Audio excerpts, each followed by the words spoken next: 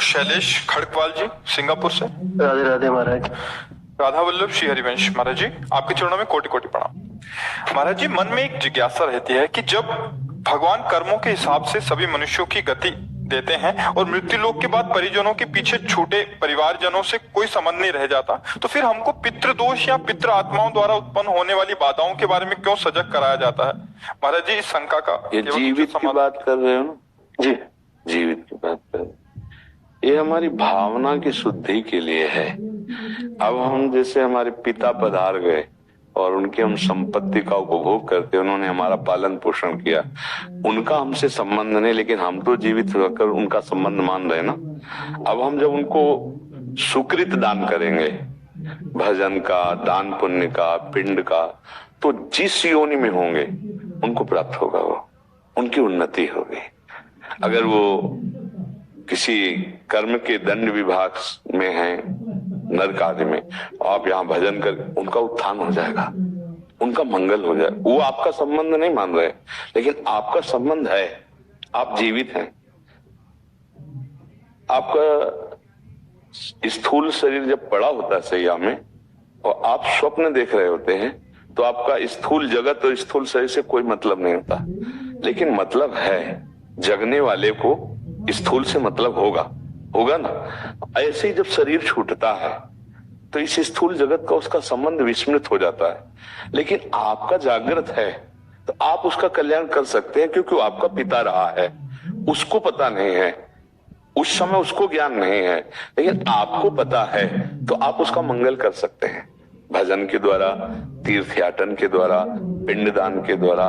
अगर आप नहीं करते हैं तो आपका कर्तव्यहीनता होगी, क्योंकि आपका कर्तव्य बनता है। उन्होंने आपके लिए जो भी किया, अब चले गए, उनका कर्तव्य खत्म हो गया आपके प्रति। अब आपका कर्तव्य उनके प्रति है, क्योंकि आपका पिता का संबंध था।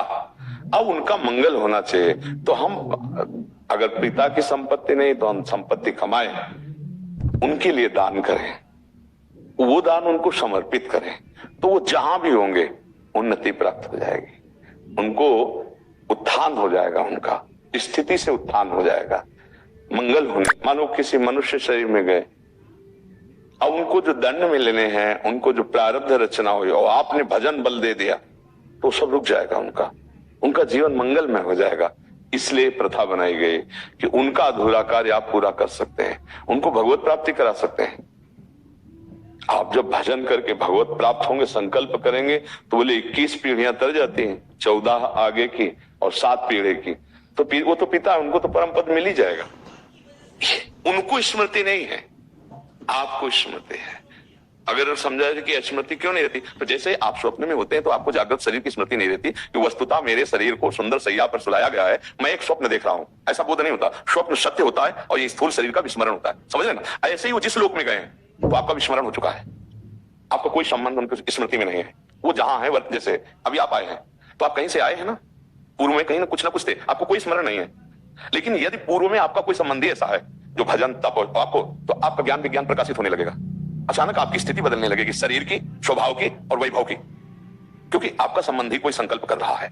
इसीलिए जब कोई भगवान का भक्त पैदा होता है तो जो पितर अन्य लोकों में होते हैं उनका परम मंगल होना निश्चित हो जाता है, तो वो कुल धन्य माना जाता है। वो धन्य होगा, सो कुल धन्य उमा सुन जगत पूज्य सुपनीत, क्योंकि सतरत सा लोकांतार्यत। अब उस कुल में पैदा हुआ, वो चाहे नरक में पितर हो चाहे स्वर्ग में हो, दोनों बंधन युक्त हैं। एक सुखास्पद है, एक दुखास्पद है, लेकिन दोनों से पतन होता है, दोनों गिरते हैं, नरक भोग कराते हैं, स्वर्ग भोग कराते हैं। लेकिन भजन बल वो उनको परमार्थ की स्थिति, परम पद प्रदान कर सकता है। अब पुत्र अपने पिता माता की क्या, पीछे की पीढ़ियों को, पितामह आदि को भी परम पद प्रदान कर सकता है। तो ये बात है, उनको हमारा संबंध खत्म हो चुका, हमारा कर्तव्य उनके संबंध का निर्वाह करना है। जैसे बहुत लोग हैं, पिता के लिए गया श्राद्ध आदि करते हैं, यज्ञ कराते हैं, भोज कराते हैं, पिता के निमित्त, वो उसको सुकृत प्राप्त होता है जाकर के। पिता के निमित्त से भागवत कराते हैं, जप करवाते हैं, कीर्तन करवाते हैं, ये सब उसको प्राप्त होता है। तो वो जीवात्मा जो पिता बन के आया था उसको पता नहीं है, पर आपके इस दान पुण्य के बल से उसके जो दंड विधान थे वो क्षमा हो जाएंगे और आगे बढ़ जाएगा। इसलिए कहा जाता है कि जहां पुत्र हुआ, परिवार में संतान हुई, चाहे बच्ची हो चाहे बच्चा हो, तो को पिता प्रसन्न होता है कि अब हमारी दुर्गति नहीं होगी, ये भजन साधन, अगर हमसे चूक हो गई तो भजन साधन के द्वारा मंगल कर देगा।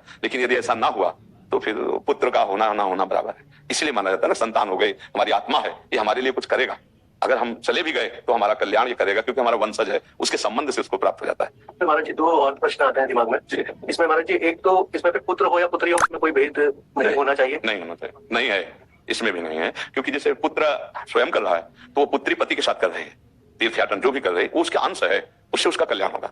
उसमें ऐसा कोई खास बात नहीं कि पुत्र ही हो तब ऐसा होगा, हाँ ऐसा नहीं है, पूरी सामर्थ्य पुत्री में भी है। कितने ऐसे कुल हुए जिनको दोनों कुलों को पावन कर दिया, पिता के पक्ष को और ससुर पक्ष को, दोनों पक्षों को पावन किया। उसमें ऐसा शास्त्रों में कोई विशेषता ये नहीं कि पुरुष ही होना चाहिए, बल्कि बड़ा रोल है। हाँ बिल्कुल बिल्कुल बिल्कुल, इस बात में कोई संशय नहीं।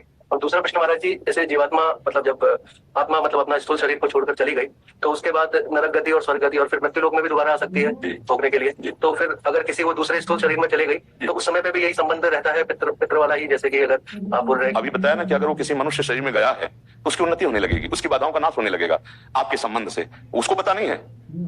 जैसे हम किसी के नाम पैसा ट्रांसफर करें और अपना परिचय हम ना दें और वहां तक पैसा पहुंच जाए तो धनी तो हो ही जाएगा ना, तो उसको पता नहीं, लेकिन आपको तो पता है ना कि मेरा जनक मेरा पिता है, अब जहां भी होगा उसको सुख पहुंचेगा, वो किसी भी योनि में हो। अगर मनुष्य योनि में है तब तो कहना क्या है, पर पता नहीं किस योनि में हो, पर उसकी उन्नति हो जाएगी, उसका परमार्थ पुष्ट होने लगेगा। जैसे कुत्ता है, एक कुत्ता है गलियों में मारा घूमता है, एक है गाड़ी में सुखपूर्वक घूमता है, और एक है भक्तों के पास भी रहता है, भक्त परिवार है, नाम कीर्तन कर रहे हैं, मतलब एक है धाम में वास करता है। कितने तो अब इसके सौभाग्य का जनसाधारण कुत्ता थोड़ी करेगा, जो धाम में राधा नाम कीर्तन हो रहा है, देरी पे बैठा हुआ है, संत जन प्रसाद पाए, उसको दिए श्री जी का प्रसाद ही तो मिल रहा है। तो अब ये कुत्ता और वो एक जनरल कुत्ता, बड़ा अंतर हो गया ना। एक कुत्ता जो गली में भोजन नहीं मिलता, एक जो गाड़ी में खिड़की को खुला करके गोद में लेकर, अंतर हो गया। किसी भी योनि में हो जीव, आपका उसका तप है, वो एक अरबपति आदमी है, अपनी गोद में बैठा ले हुए है, और उसका वो खिड़की खुला है, हवा आ रही है, ऐसी गाड़ी में बैठकर कुत्ता चल रहा है, नहीं चल रहा। देखो ना, जीव है, अलग अलग उसकी स्थिति है। अगर वो पुण्यात्मा रहा तो देखो ये आया, बना किसी कर्म से स्वान, लेकिन ऐसा स्वान बना तो बाबूजी की तरह जाके गद्दे में सोता है, सर्दी में उसको कपड़ा पहना जाते। और एक कुत्ता है कि अगर दरवाजे में खड़ा हो जाए तो डंडा मारे बेचारा, को करके वो ना भोजन मिल रहा है ना, मतलब कितनी।